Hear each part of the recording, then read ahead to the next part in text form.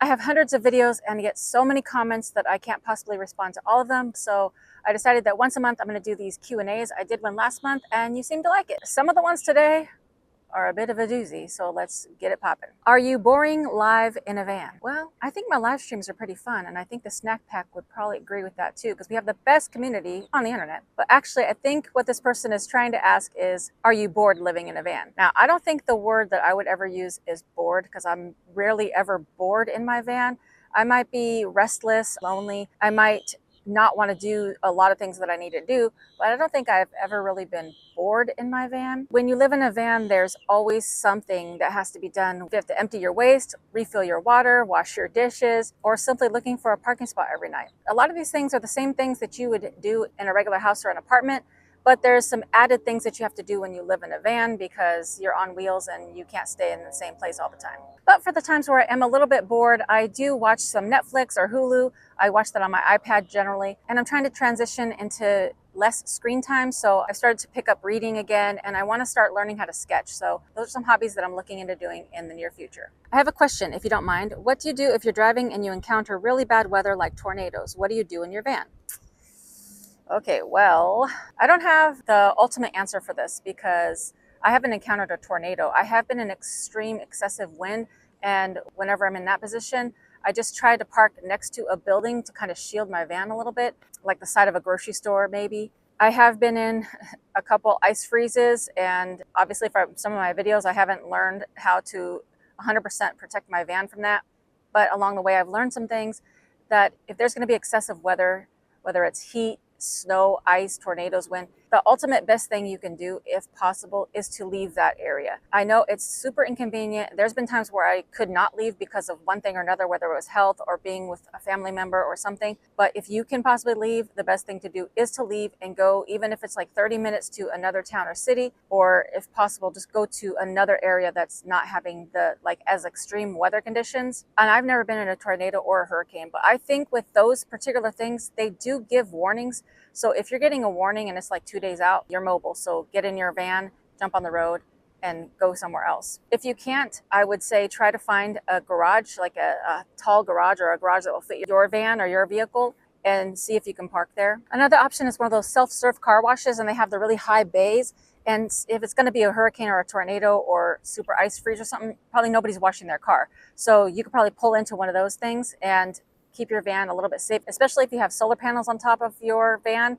It makes me nervous whenever stuff like that happens. So that's some of the things that I would do. The best thing to do is to get out before it starts, or hunker down with a friend or family and shield your van as much as possible. What are you doing watching and you're not subscribed? All you gotta do is hit that subscribe button and the notification bell and throw a like on this video. Now, these next couple questions/comments are from a previous video I did recently, where the title of it was, "He approached my van while parking overnight." I understand the question, so I'm gonna try to be nice, which I'm a nice person. But for a little context, in that video, I was parked at night outside of a casino and a man started to approach my van. The first one says, make it make sense. It's okay for a woman to ask a man for a jump, but a man shouldn't ask a female for a jump. Sweetie, don't do that. Don't call people little pet names and then try to berate them in a comment. That's rude.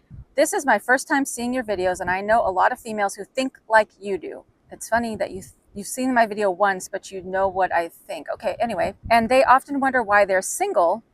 I know females who think it's okay to ask a man for money, but a man can't ask her for money because all men supposed to have money at all times. Really? It's like men are not allowed to have hardships. How do you know how I think?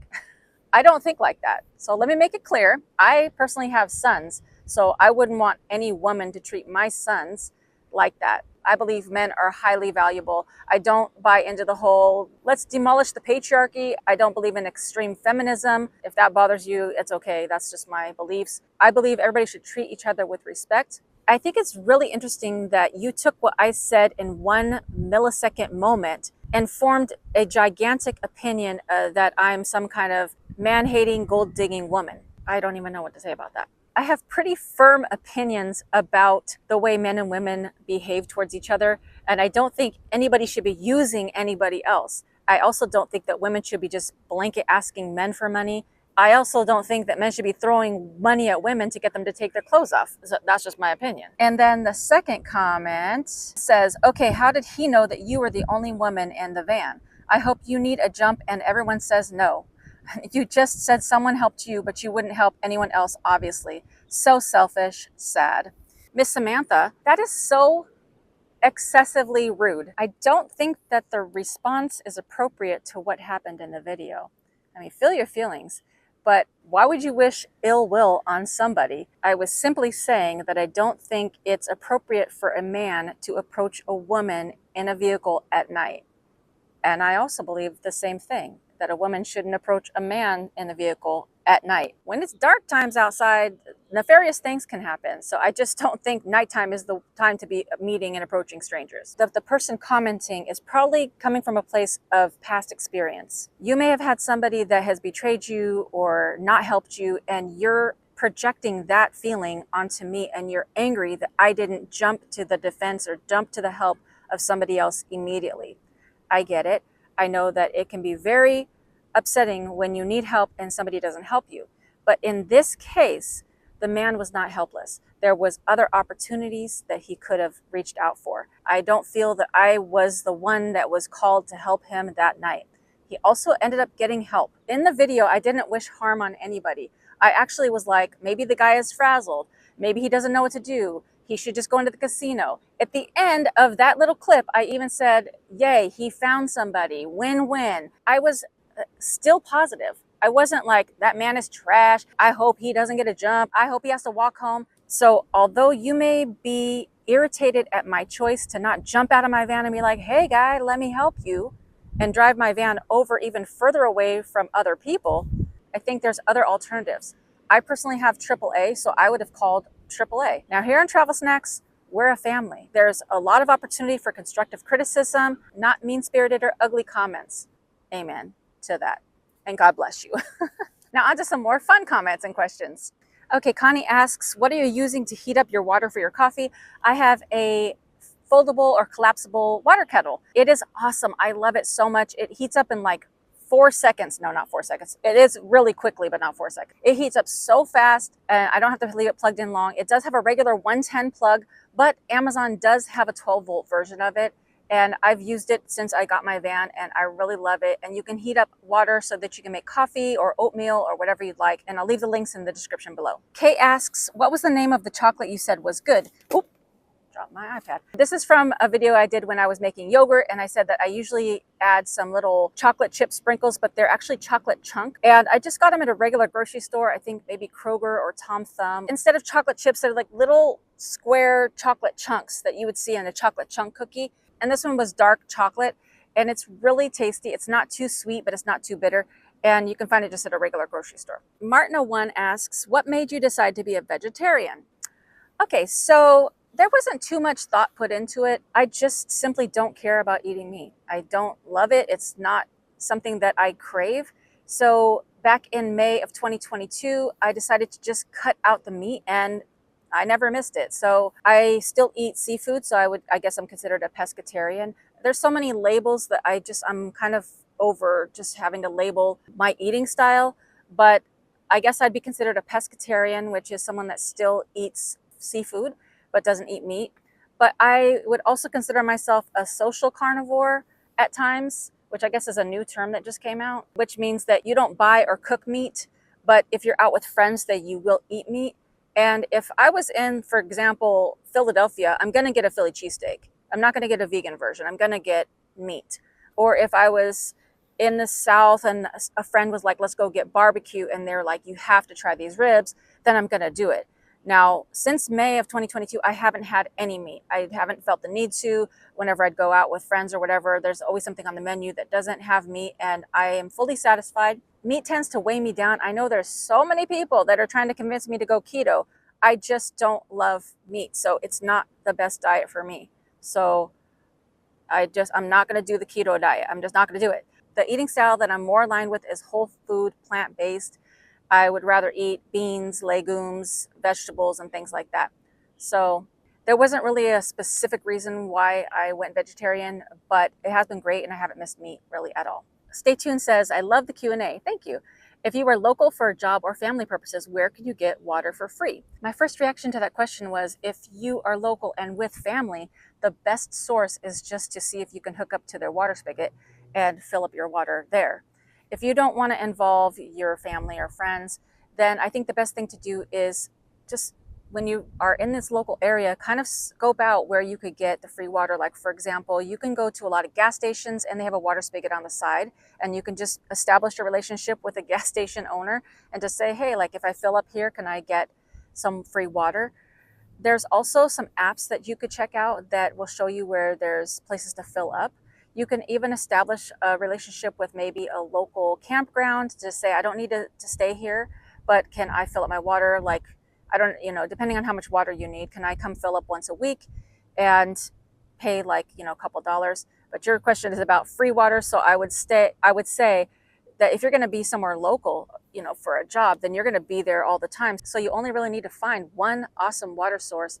And once you do, you can just keep repeating and going back to that location. Now, I have a 16-gallon water tank, so I don't need to fill up as often. But when I do, I usually go to a gas station, or when I'm visiting my family, I'll do it there. Or when I'm visiting friends, I'll ask if I could just fill up. And actually, one time I was staying in a church parking lot and just asked if I could fill up, and they had a water spigot and they were like, yes. So I think it's just about establishing relationships where one or two locations where you can get your free water. All right, this next one is also a little doozy. This is an honest question. I really want to know, how do your pleasurable needs get met? Like, has it ever come to the point where either of the two deeds is done in the vehicle? I think there's more than two deeds, but I don't know how many deeds you're talking about. But the reason I wanted to bring this question into the Q&A is because I want to just say one thing that is probably going to be an unpopular opinion. And this world, especially America, is obsessed with sex and pleasuring themselves. I understand it. I've been in that mode before, but being kind of on the other side of it, I'm not saying I'm immune to it. I'm saying being on the other side of it, I can see how shackled people are to sex and pleasuring themselves. Now, I may not be the best one to ask because I'm living a life of abstinence over here. I am a true solo traveler. I've only been on a handful of dates since living in a vehicle, and I've never done any hanky-panky thingies in my van. Now, even if I was in that mode, my van bed is small. Like, where there's a will, there's a way. But I think it's too cramped. I don't think I would find it pleasurable to do that. I think this question would be better served from a married couple that lives in a van together.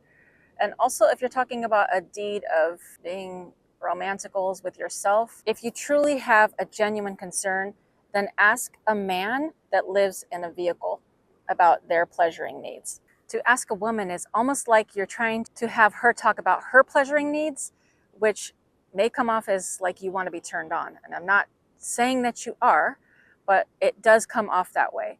I know people are going to do what they're going to do, but sex is not the end-all be-all of life. There's so many greater things to think about, talk about, explore, and sex is awesome. Don't get me wrong. I'm not putting it down. I'm just saying that I think there's so many more things that we could talk about or discuss that it's not my top priority. Now, when I get a husband, that's gonna be a different. Anyway, let's move off of this topic. From Sharon that says, what would you recommend for a first timer in a minivan for power? I see all these boxes, inverters, solar panels, etc., and I become completely overwhelmed. How does one know what to do? Great, excellent question. I'd say if you're in a car or a minivan, then you're probably not going to be rigging up your vehicle with solar panels on the roof. Now, you probably could on a minivan get one of those flat panels, probably even in a car, but then you're going to have to get a charge controller and a power source. It's not that it can't be done, but it's going to be a little more involved to attach that to a car or a minivan. I say if you're just starting out, the best thing would probably be to get something like a jackery. I have had a jackery before when I was living in my car, and I had a 240 watt jackery, which was definitely not enough. I'd say if you're going to be living in a minivan and you want to power a few things, see, that's the other thing, is that you're going to need to know what you're going to be powering. Is it a refrigerator? Are there lights? Do you have like a fan? Do you have a heater? Like, you really have to find out what you have. And I would say if you can swing it at all, I think a 1,000 watt jackery would be a great investment if you're going to be doing this full time, because that will allow you to power a lot more things so that you can plug in different things with a regular 110 plug. Start with the basics, and then as you continue on in your vehicle life, then say, okay, I've been doing this for a while, I want more power, and then think about maybe how to rig up some solar panels or something like that.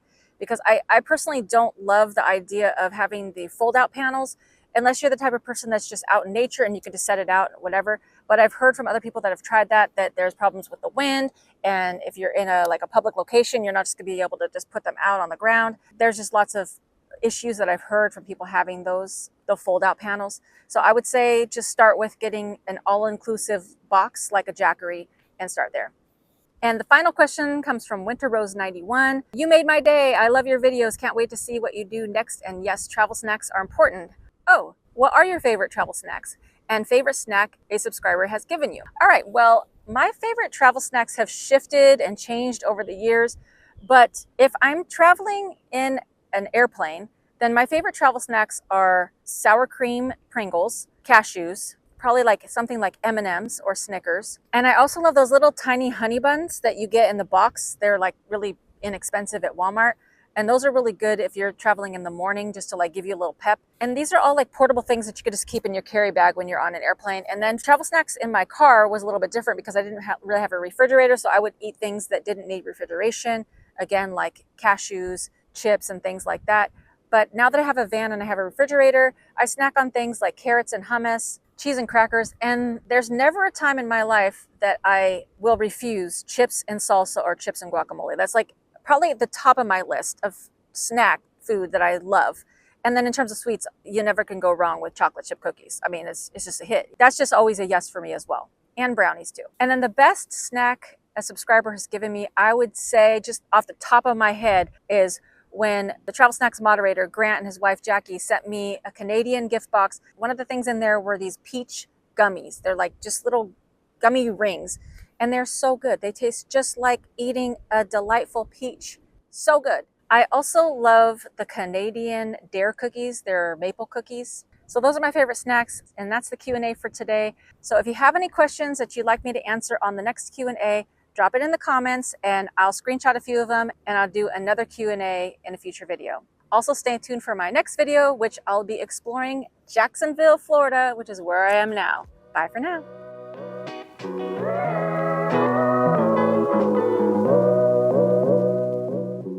I get a lot of questions. No. Every day I get lots of new comments, and some are empty your why are these planes fudging flying over me all the time? Especially if these, all you gotta do is hit that subscribe. And why do these people have to sit right there when they know I'm sitting here recording because I can see it? So you're just gonna, it's just funny to me that